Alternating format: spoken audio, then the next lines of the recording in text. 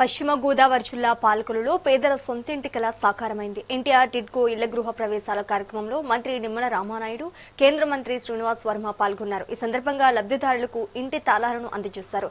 గత వైసీపీ ప్రభుత్వంపై మంత్రి నిమ్మల తీవ్ర స్థాయిలో మండిపడ్డారు. గత 5 ఏళ్లలో టిడ్కో ఇళ్ల కోసం జగన్ ప్రభుత్వం ఒక్క రూపాయి కూడా ఖర్చు చేయలేదన్నారు.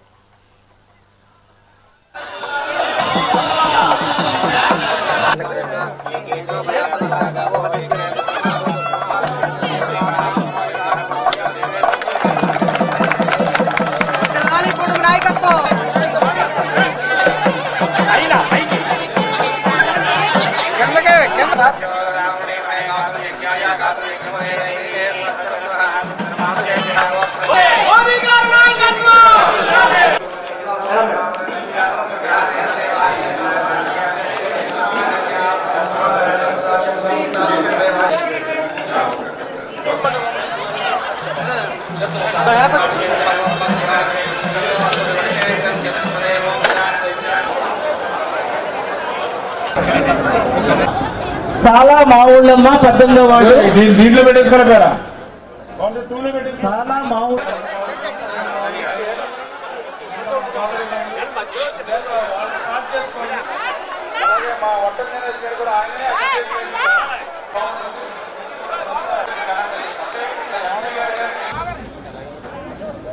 అందరికీ తెలుసు. ఆ రోజు 2014, 2019 ఆ రోజు చంద్రబాబు నాయుడు గారు ముఖ్యమంత్రిగా ఉండగా పేదల కళ, మహిళల సొంతింటి కళ నెరవేర్చాలనే ఉద్దేశంతో ఆంధ్రప్రదేశ్ రాష్ట్రంలో 8 లక్షల ఎన్టీఆర్ పిఎంవై టిడ్కో ఇళ్లను ఆ రోజు మరి రాష్ట్ర వ్యాప్తంగా ప్రారంభించినటువంటి పరిస్థితుల్లో మన పాలకొల్లు నియోజకవర్గంలో కూడా 20-30 సంవత్సరాల నుండి కళగా ఉండిపోయినటువంటి మన పేదల మహిళల సొంతింటి కళ నెరవేర్చాలనే ఉద్దేశంతో ఆ రోజు మన పాలకొల్లులో కూడా, ఎందుకంటే మొదటగా టిడ్కో ఇళ్ళు అనేవి అమృత్ పట్టణాలకు మాత్రమే ఉన్నటువంటి స్థితిలో, ఆ రోజు అమృత్లో మన పాలకొల్లు లేనిటువంటి స్థితిలో మన జిల్లాలో భీమవరం, తాడేపల్లిగూడెంలో మాత్రమే ఎన్టీఆర్ టిడ్కో ఇళ్లు మంజూరైనటువంటి స్థితిలో మన పాలకొల్లు లేనిటువంటి స్థితిని గుర్తించి మరి ఎప్పటికప్పుడు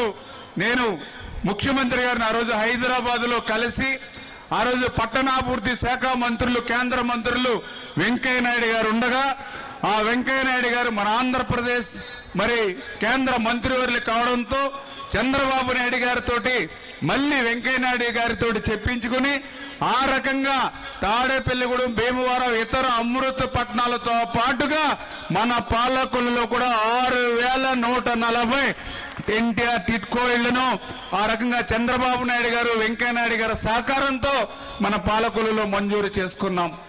2016-17లో ప్రారంభించినటువంటి ఇళ్లను 2019కి అంటే కేవలం 1.5-2 సంవత్సరాల కాలంలోనే పగలు రాత్రి అనేటువంటి తేడా లేకుండా ఫ్లడ్ లైట్ వెలుగులో కూడా పని చేస్తాం. కాబట్టి కొన్నిళ్ళు 100% పూర్తి చేస్తాం, కొన్నిళ్ళు 90